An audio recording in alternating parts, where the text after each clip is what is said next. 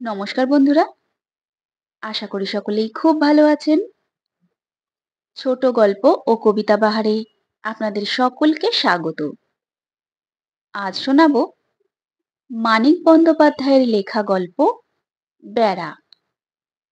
বন্ধুরা, সম্পূর্ণ গল্পটি শোনার জন্য অনুরোধ রইল। গল্প পাঠ ভালো লেগে থাকলে লাইক, কমেন্ট ও শেয়ার করতে ভুলবেন না। আর যে সকল শ্রোতা বন্ধুরা এখনো পর্যন্ত আমার চ্যানেলটি সাবস্ক্রাইব করেননি, দয়া করে চ্যানেলটি সাবস্ক্রাইব করে পাশে থাকুন। শুরু করছি আজকের গল্প বেড়া।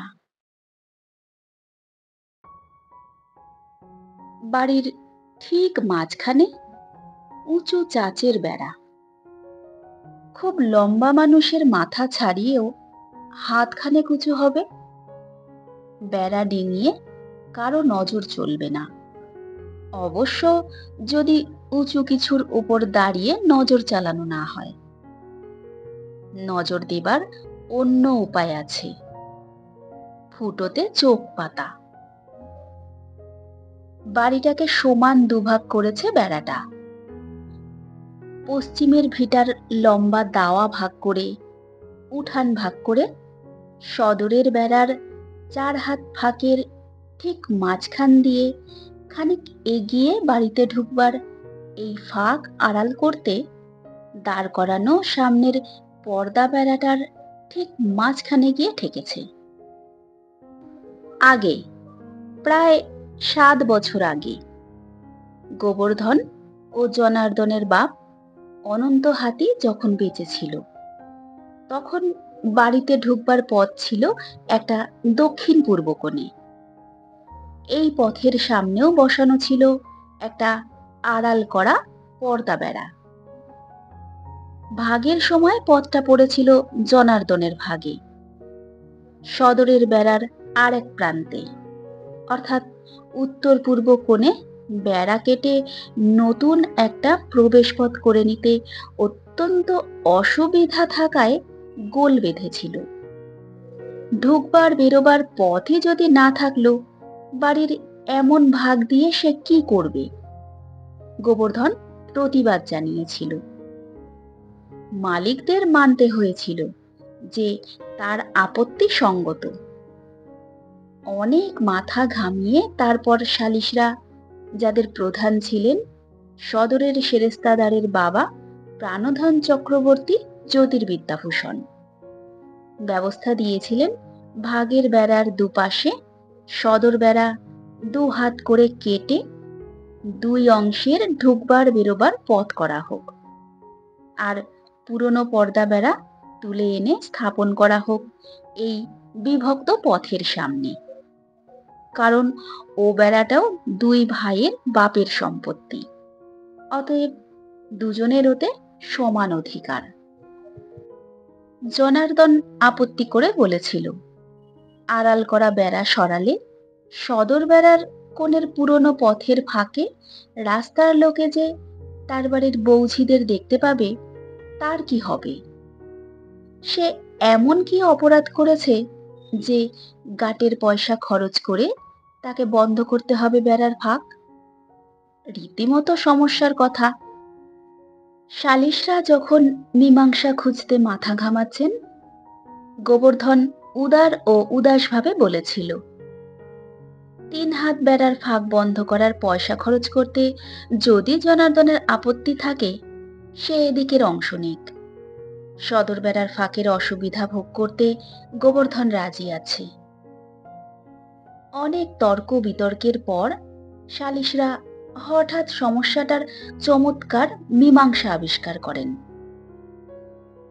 কেন, দুপাশে 2 হাত করে পথ করতে সদর বেড়ার মাঝখানে 4 হাত অংশ তো কাটতেই হবে। তাই দিয়ে অনায়াসে বন্ধ করা যাবে জনার্দনের অংশের সদর বেড়ার পুরনো ফাঁক। এমনই দুর্যোধনী জেদি হিংসার চুল চেরা ভাগাভাগির প্রতীক হয়ে ভাগের বেড়াটি দাঁড়িয়ে আছে 7 বছর।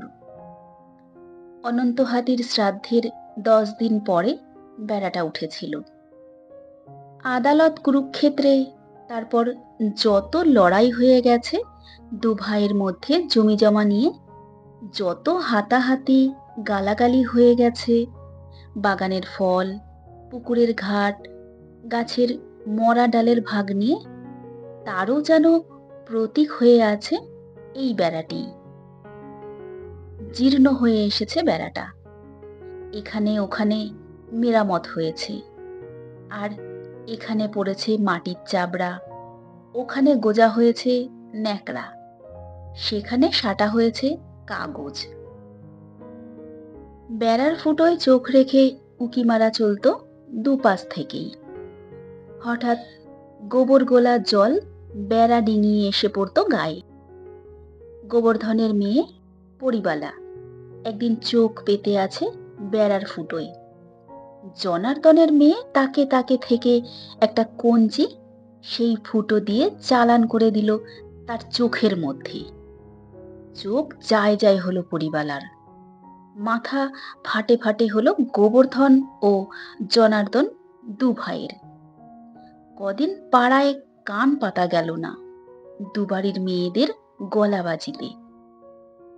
বেড়ায় কাঁথা কাপড় শুকোতে দিলে অদৃশ্য হয়ে যেত। এঁটো কাটা, নোংরা, ছেলে মেয়ের মল বেড়া ডিঙিয়ে পড়তো এক পাশ থেকে অন্য পাশে। এ পাশের পুই বেড়া বেয়ে উঠে ও পাশের আয়ত্তে একটি ডগা একটু বাড়ালেই টেনে যতটা পারা যায় ছিঁড়ে নেওয়া হতো। বেড়া ডিঙিয়ে অহরহ আসা যাওয়া করত সমালোচনা, মন্তব্য, গালাগালি, অভিশাপ। চেরাবাঁশের বেড়াটাকে মাঝে রেখে এমন একটানা শত্রুতা চলত দুপাশের দুটি পরিবারের মধ্যে যে সময় সময় মনে হতো কবে বুঝি ওপাশের চালা পুড়িয়ে দেবার ঝোঁক সামলাতে না পেরে এপাশে নিজের চালাতেই আগুন ধরিয়ে দেয়।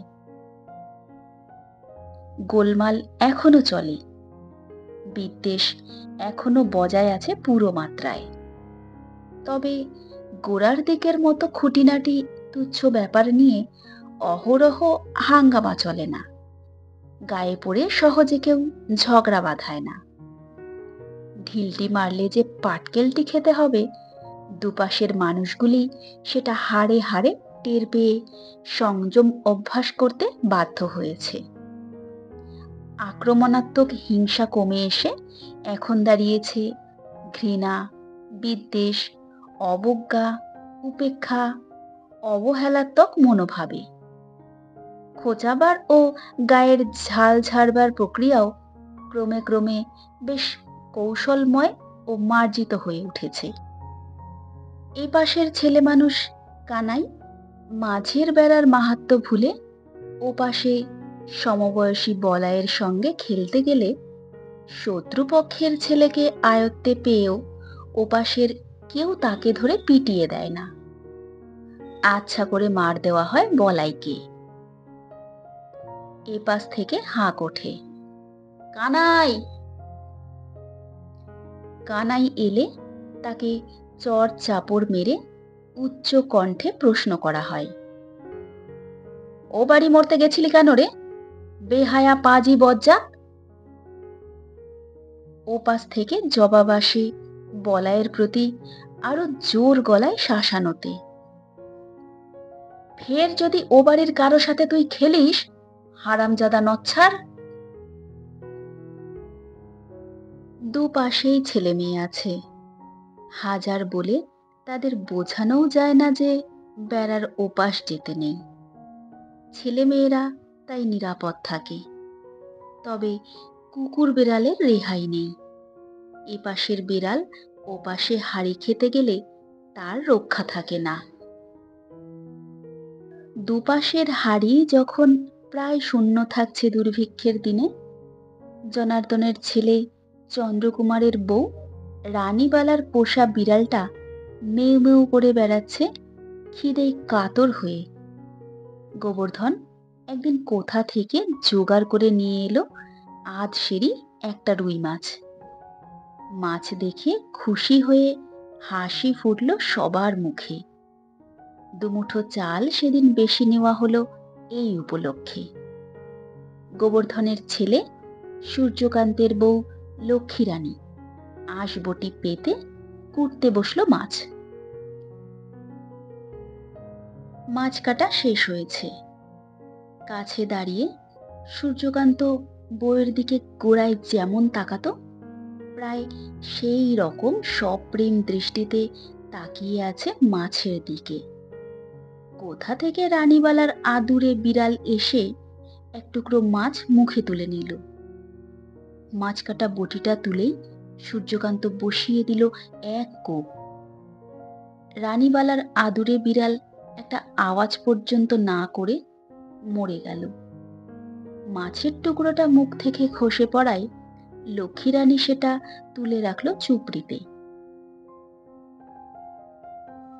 পথের ধার থেকে মরা বিড়ালটা কুড়িয়ে নিয়ে গেল চণ্ডী বসাক। চাল ছিল না, কিন্তু ঘরে তার একটু নুন আর একটু হলুদ লঙ্কা ছিল। ঘুরে ঘুরে হত্যা দিয়ে দুটি খুদকুড়ো চণ্ডী জোগাড় করে নিয়ে এলো। ঝাল ঝাল বিড়ালের মাংস দিয়ে সেদিন সে দুবেলা ভোজ খেল সপরিবারে। হত্যাকাণ্ডের খবরটা রানীবালা পেল পাঁচুর মার কাছে। ও বাড়িতে পাঁচুর মা দুটি চালের জন্য গিয়েছিল। অনেকক্ষণ ধন্না দিয়ে থেকেও শেষ পর্যন্ত পায়নি। নিজের চোখে সে ঘটনাটা দেখেছে আগাগোড়া। একই কাণ্ড মা, ছেলে মেয়ে নিয়ে ঘর করিস, হিংসে করে মা ষষ্ঠীর বাহনকে মারলি একাদশীর দিন, এত শত্রুতা। দুটি চাল দিবি বউ? দে মা দুটি চাল, বিড়াল ছানা দেব তোকে একটা, তোর পায়ে ধরি, খুদকুড়ো যা হোক দুটি দে। কোথা পাবো গো, চাল বারন্ত, খুদকুড়ো শাউরি আগলে আছে বলে বিড়ালের শোকে রানীবালা কাঁদতে থাকে। বাড়ির সকলের কাছে নালিশ জানায়। সামলাতে না পেরে ডুকরে কেঁদে ওঠে। অভিশাপও দিয়ে বসে ওপাশের খুনেদের। ছেলেবেলা থেকে রানীবালা বিড়াল পুষতে ভালোবাসে। কত পোষা বিড়াল তার মরে আর হারিয়ে গেছে। ও বাড়ির লোক হত্যা না করলে হয়তো বিড়ালটার জন্য এত শোক তার হতো না। কিন্তু এমনই অবাক কাণ্ড, এই নিয়ে কুরুক্ষেত্র বাঁধানোর বদলে জনার্দন তাকেই ধমক দিয়ে বলল, আহ, চুপ করো বাছা, বাড়াবাড়ি করো না। চন্দ্রকান্ত প্রায় ধমকের সুরে বলল, তোমার বিড়াল যায় কেন চুরি করে খেতে? রানীবালা হকচকিয়ে যায়, ভেবে পায় না ব্যাপারখানা কি। রাগে অভিমানে তার গা জ্বালা করে। ভাবে না খেয়ে শুয়ে থাকবে, কিন্তু ভরসা পায় না। কারো পেট কলমি শাক সেদ্ধ দিয়ে দুটি ভাত খেয়ে ভরে না। কেউ যদি তাকে খাওয়ার জন্য সাধাসাধি না করে, সে না খেয়ে গোসা করে শুয়ে থাকলেও চন্দ্রকান্ত তাকে ব্যাপারটা বুঝিয়ে দেয়। পুলপাড়ের জমিটা না বেচে আর উপায় নেই। গোবর্ধন ও জনার্দন দুজনে মিলে না বেচলে জমিটা বেচবারও উপায় নেই। কাল দুজনে পরামর্শ করে ঠিক করেছে প্রাণধন চক্রবর্তীকে জমিটা বেচে দেবে। এখন কোনো কারণে গোবর্ধন বিগড়ে গিয়ে বেঁকে বসলে মুশকিল হবে। ঝগড়াঝাটি করো না খবরদার, কদিন মুখ বুজে থাকো। বিড়াল মারার সময় গোবর্ধন উপস্থিত ছিল না। ফিরে এসে ব্যাপার শুনে সেও অসন্তুষ্ট হয়ে সূর্যকে বলে, একটু কাণ্ডজ্ঞান নেই তোদের, এমনি করে ফ্যাকড়া বাঁধাও, ব্যাস জমি বেচাও খতম, খেয়েও তখন কচু পোড়া সিদ্ধ করে। খবরদার, কেউ ঝগড়া করবে না ওদের সাথে, মুখ বুজে থাকো কদিন। 7 বছরের শত্রুতা স্বার্থের খাতিরে একদিনে হঠাৎ স্থগিত হয়ে গেল। দুপারেই কটু কথা যদি বা কিছু বলা হলো, হলো চুপি চুপি, চাপা গলায়, নিজেদের মধ্যে। এপার কথা বলল না বটে ওপারের সঙ্গে সোজাসুজি, কিন্তু ওপারকে শোনাবার জন্যই এপার চেঁচালো, ও কানাই, ওদের বেগুন খেতে গরু ঢুকেছে রে। ওপার থেকে এপারকে শুনিয়ে, ও বলাই, ওদের পুটু পুকুর পাড়ে একলা গেছে রে। আমতলায় কানাই বলাইকে খেলতে দেখে কোনো পার কিছু বলল না। এপারের ছেলে ওপারে যাওয়ায় ওপারের ছেলে চর খেল না। লক্ষ্মী রানীর বিড়াল প্রায় সারা দুপুর কুণ্ডুলি পাকিয়ে শুয়ে রইল ওপারের দাওয়ার কোণে, জড়ো করা ছেঁড়া চটে। হাতটা মনটা বারবার নিষ্পিস করে উঠলেও রানীবালা পর্যন্ত তাকে কিছু বললে না। ওপারের পুঁই গাছের সতেজ ডগাটি লক লক করে বাতাসে দুলতে লাগলো এপারের এলাকায়। কথা যা বলা বলি হলো 3 দিনে দুপারের মধ্যে, তা শুধু গোবর্ধন আর জনার্দনের জমি বিক্রি নিয়ে গম্ভীর নৈর্ব্যক্তিক কথা। তবু এভাবেও তো 7 বছর তারা কথা বলেনি। দলিল রেজিস্ট্রি করিয়ে টাকা পাবার দিন সকালে বেড়ার এপার থেকেই গোবর্ধন বলে, কখন রওনা হবে জনা? এই খানিক বাদেই, জবাব দিয়ে একটু থেমে জনার্দন যোগ দেয়, ফেলনার জ্বরটা বেড়েছে। ফেলনা রানীবালার ছেলে। একসাথে বেরোয় দুজনে। জনার্দন ডাক দিয়ে নিয়ে যায় গোবর্ধনকে। একসঙ্গে বাড়ি থেকে বেরোবার কোনো দরকার অবশ্য ছিল না। চক্রবর্তীর বাড়ি হয়ে তারা সাব রেজিস্ট্রারের অফিসে রওনা হবে।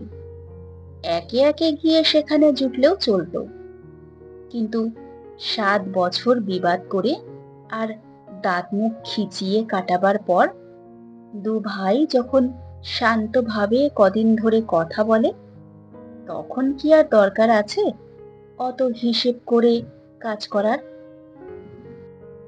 দুজনে চলতে থাকে একরকম নির্বাক হয়েই। মাঝে মাঝে এ ওর মুখের দিকে তাকায় আর চোখে। 7 বছরে দুজনের বয়স যেন 20 বছর বেড়ে গেছে সংসারের চাপে। দুর্ভিক্ষের গত 2 বছরেই যেন বেশি বেড়েছে। ভবিষ্যতে আরো কি আছে ভগবান জানেন। দরটা সুবিধা হলো না,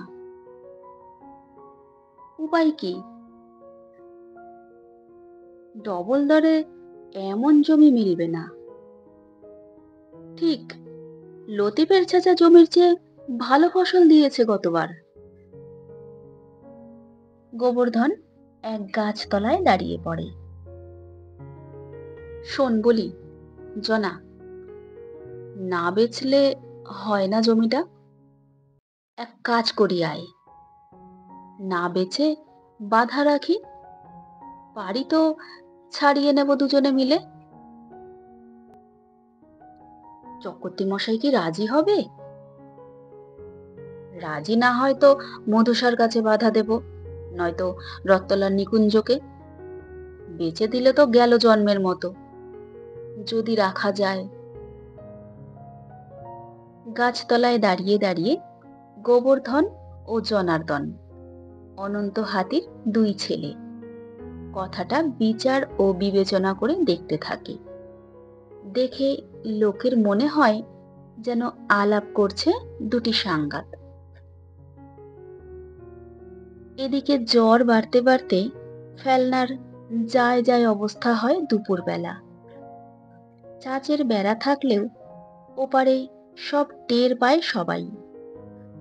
সূর্যের মা ইতস্তত করে অনেকক্ষণ ফিস ফিস করে সূর্য আর লক্ষ্মীকে জিজ্ঞেস করে কয়েকবার, যাব নাকি?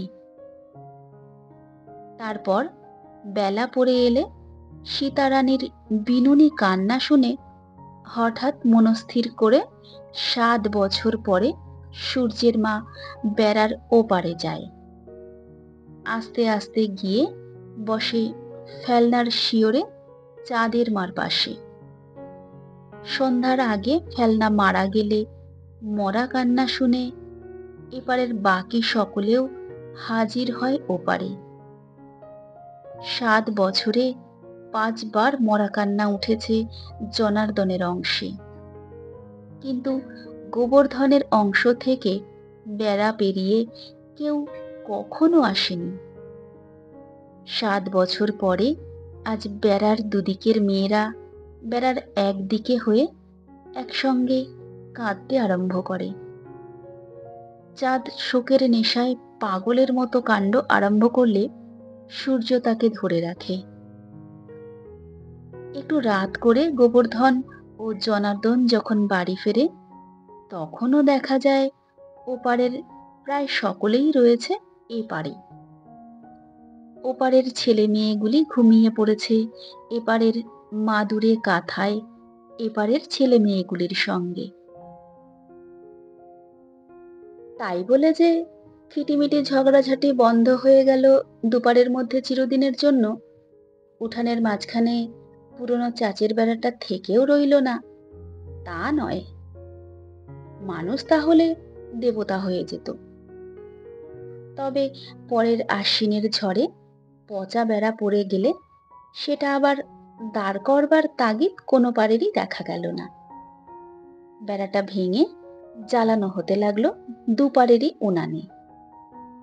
দুপারের ঝাঁটার সঙ্গেও সাফ হয়ে যেতে লাগলো বেড়ার টুকরো আবর্জনা।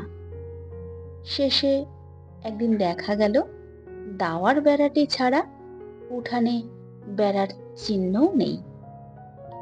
বাড়ির মেয়েদের ঝাঁটায় দুটির বদলে একটি উঠান তকতক করছে। বন্ধুরা, শেষ হলো আজকের গল্প পাঠ।